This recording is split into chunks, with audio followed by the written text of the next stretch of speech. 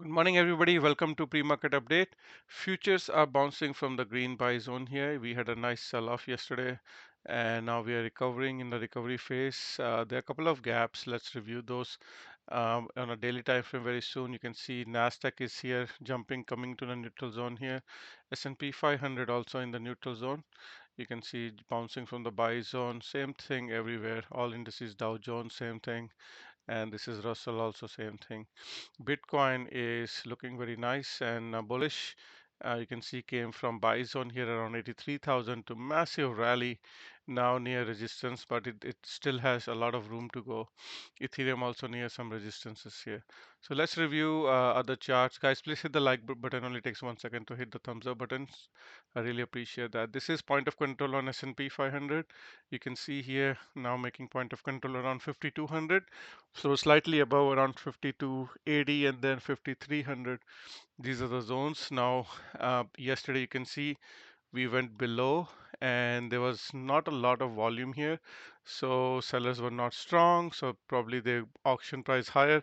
And now we are building point of control here. So there are possibilities of pump around 5225, 5330, 5383 and 5436. Okay, so if we go higher, so that's from where we are right now percentage wise, we are already up 0.87%, looking for 0.454%, 1.96, 2.94 and 3.96%. On the other side, if we get a dump to previous lows which were here around 49.20 and then 49.95, these are the other point of controls. So a dump would be very bearish, around 4.5% dump, and that's where we will find some support. You can see that's the both bull and bear scenario. So you just be aware of that.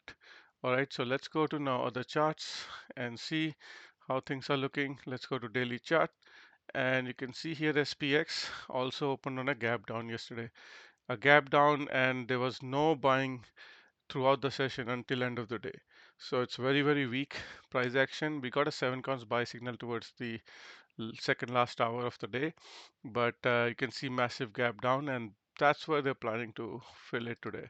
SPY, you can see same thing here. We had a massive gap down, and now they're trying to recover. So you can see the market closed here, and now they're opening it here. So there could be maybe early on they will try to fill this gap. You can see this gap. They'll try to fill this gap and then start to go higher. We don't know. We'll see. Wait and watch. You can even try these regular trading hours, and you can see this gap here. They can try to fill this gap and then go higher. All right. So that's what is probably going to happen on SPX and NDX on the live market.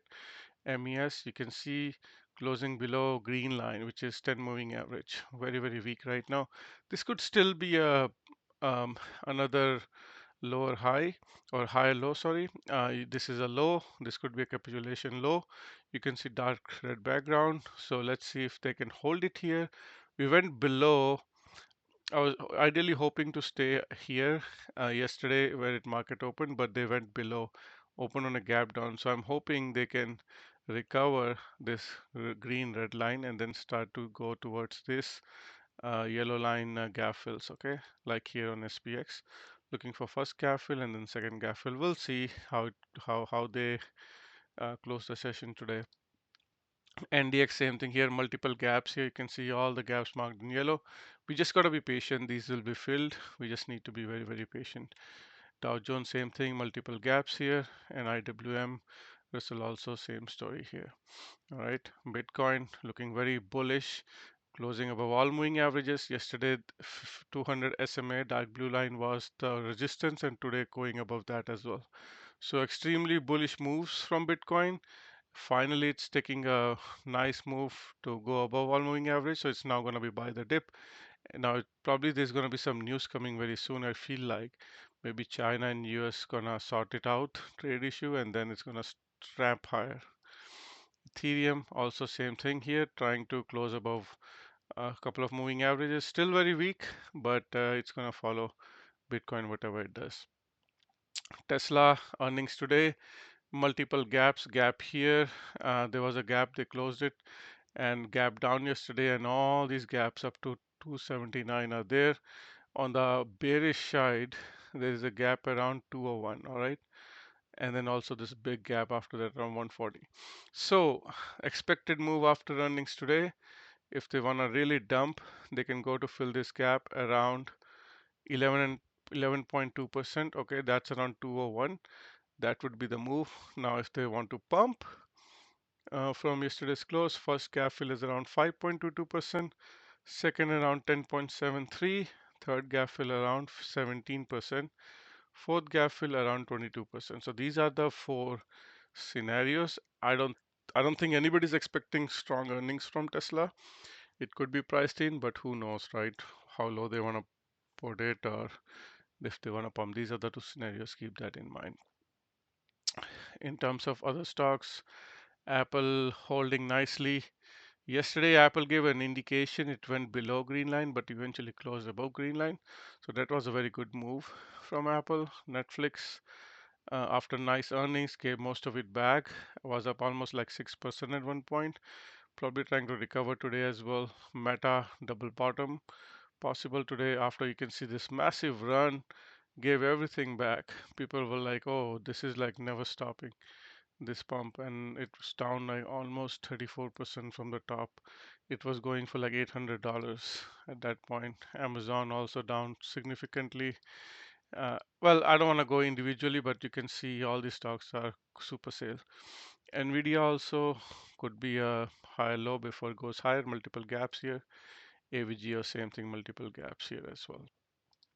Toronto Stock Exchange, very strong compared to other stocks, but if there's any issues with gold or oil, it could start to fill this gap, else it will start going higher.